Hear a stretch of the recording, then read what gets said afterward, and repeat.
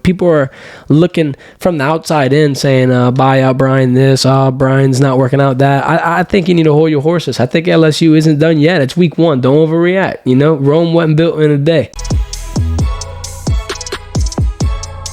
Welcome to the Verdant Verdict, where we bring you sports talk on the go. I'm your host, Jacob Verdant. We're sponsored by Honest Saves, and today we're going to preview LSU versus Southern's first matchup ever. First time in both schools' histories that these teams face off. It's going to be in Tiger Stadium. First time LSU plays a SWAC opponent. After a rough week 1 loss, LSU is going to try to get things back on track. They got a non-conference opponent again. However, this time they have them at home. LSU fares well against non-conference opponents at home. They won 9 straight against them and 58 of their last 59.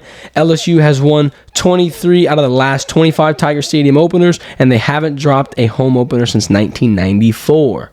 So this, bodes well for the Tigers, I believe. Gives them ample opportunity to shake back. It looks like the odds are in their favor. They got a pretty loose competitive game. It seems like there's going to be nothing too strenuous like last week. No special teams errors, hopefully. Hopefully the Tigers can go in and fix the top 3 things that I think they need to fix. Number 1, I think they need to get Keishawn Boutte active early. They need to get him going. He needs to have a good game, get out the slump. It's still early on in the year, and we can right our wrongs quickly.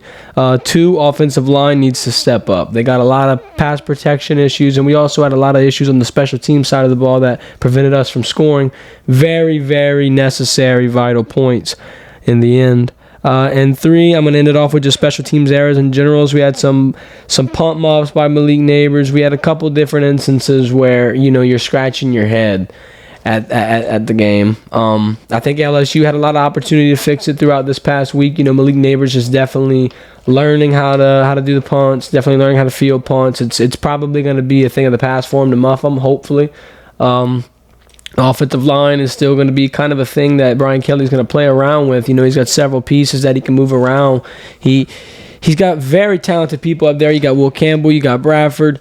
I talked to Garrett Dellinger this week about, his experience and what exactly happened in week 1 in his opinion that led to the downfall of the offensive line. It just kind of seemed like once it started going bad, there was no end in sight. It kept snowballing, and it just kept one thing after another for the offensive line. Jaden Daniels still was able to make it happen. He was the first quarterback in LSU history as a Sunday night to pass for 200 yards and rush 100 yards in regulation. We have had a quarterback at LSU do it in a game, Joe Burrow, but it was a 7-overtime game against Texas A&M. So, in regulation, Jaden Daniels has done something that no Tiger has done before, so kudos to him. Seems like, he's fitting very well in that starting quarterback role. Brian Kelly said that they're going to stick with Jaden. He's their QB1 as of now. He also said during the game there was no time that him and Mike Denbrock or Joe Sloan came together and said, hey, man, we should make a change at the quarterback position. Never once did it happen. So Brian Kelly seems comfortable in that quarterback spot. Only a couple spots I see that we wouldn't feel comfortable at now, would be offensive line. Maybe want to move some guys around a tackle or guard, or sadly, that defensive line position now. The defensive line position is still going to do good. We're going to see how Mekhi Wingo transitions in. I'm not saying that the defensive line is a position where we won't have enough talent. It's just going to be something that I'm going to have to watch because these guys are so close-knit. They all might, play differently. When Mason Smith sadly went down in week 1, it eventually led to an injury that's going to prevent him from returning for the rest of this year. Now you got Mekhi Wingo transfer stepping in his role alongside Jaquelin Roy, alongside B.J. Ojolari, alongside Ali Gay. That defensive line prior to this injury was one big cohesive unit that thought they were going to go out there and decimate teams all season long. First drive, here comes a major roadblock that's going to prevent, the vision that these guys have seen for the past summer and spring camps. Now Mekhi Wingo is going to fill in his roles, and you don't know how that's going to go. I trust Mekhi Wingo. I trust this LSU defensive line. I trust Jay Roy and Ali and BJ are going to be able to pick up their ends and help it be a smooth transition for Mekhi. I also trust Matt House. I think this LSU defense is pretty strong and pretty quick-witted, pretty nimble. They're going to be able to move in and out of some tough situations. This is going to test depth, Brian Kelly said. You're really going to see who the Tigers are deep down inside after unfortunate circumstances like this. Prayers out to Mason, friend of the show, man. It was horrible to see him go down like that, but a small setback, major comeback. It's only a part of the story that is gonna for sure keep going and for sure see great things in the future. Positives to take away from the game. Of course, Jaden Daniels' great game. I'm pretty confident in Jaden Daniels' ability to get the ball in some tough spaces. He got Kayshon Boutte 2 good looks. Kayshon couldn't bring him down. That's unfortunate. I think that's going to be a thing of the past as well. You get Kayshon active early against Southern. He gets his legs under him. By week 3, at home again, Mississippi State, we might be able to see Kayshon explode in some SEC action, and we're going to see number 7 play like we should see him play. Another good thing is the last drives look good of that Florida State game. 26 plays on the 2 drives combined, 174 yards, 2 touchdowns. I mean, they looked efficient. They had a 99-yard drive on the last play after that fumble. And then also another good positive is going to be Jack Bech will be incorporated more as time passes. That's going to provide more depth at wide receiver, and that's going to go hand in hand with what we said previously with Kayshon Boutte. It's going to help him open up. It's going to allow for more space. They're not going to be able to put doubles on the field when you got elite wide receivers at every single spot.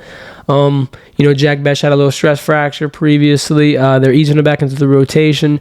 Jack wants to get in. Jack's eager. Jack's ready. He came by a couple weeks ago in the studio and, spoke highly of his guys, spoke highly of the coaching, spoke highly of the team. Really got me amped up, man. It felt like, I could run through a wall after hearing him talk about LSU football. I'm getting really excited for what's going to be in the future for LSU. They're going to turn some things around, I believe. I think, they're going to be able to take these next 3 at home. They're going to have Southern this weekend. Next weekend, we're going to have Mississippi State, then New Mexico following. I think that's going to be 3 consecutive wins in a row. It's going to be good to be back at Tiger Stadium. They got the worst out the way in week 1. LSU lost their last 3 season openers. I mean, it's rough. We saw this happen last year with UCLA, but you know what? I saw a lot of other close games last year that LSU could have won, and they were just a couple passes away from winning, or they were just a couple plays away from winning, whether it be the Arkansas game or whether it be the Auburn game, or even the Alabama game was a nail biter down to the very end. I think we're gonna have a little bit more in our favor, that Alabama matchup this year, with them coming to us, and we're more well rounded. We have Kayshon. We're gonna have we won't have Mason Smith, but we're gonna have a lot of our defensive guys, unlike last season in those big games. I think it's going to be do or die for LSU in those big SEC primetime moments against Arkansas, against Auburn, against Bama. That's really going to show the grit and the determination of this team. I think year 1 under Brian Kelly, I would have been impressed and greatly, greatly appreciative with 9 wins. A 9-win season was what I was predicting. Anything below that, that's understandable. It's his first year. It's his first year with the program. Brian Kelly, he's a very winning coach, the most successful coach LSU's ever hired, winningest coach, best resume by far. But that doesn't necessarily guarantee overnight success. It's a process. From the inside, looking at it, it looks like a very systematic approach. He's got everything carefully structured. He's got his guys' needs taken care of. I mean, Mason Smith is already back in the facility working and getting taken care of and having one-on-one care. They really care about their players. And Brian Kelly, there was a video leaked of him talking to his guys after the loss on week 1, and he's just there for him. He spoke highly of Malik Neighbors and said after the first muff punt, I didn't want to take him out. I wanted to put that confidence in him that I feel like we should have in him. He's an elite player. He bought in. I want to buy in on him. That's a good mindset to have.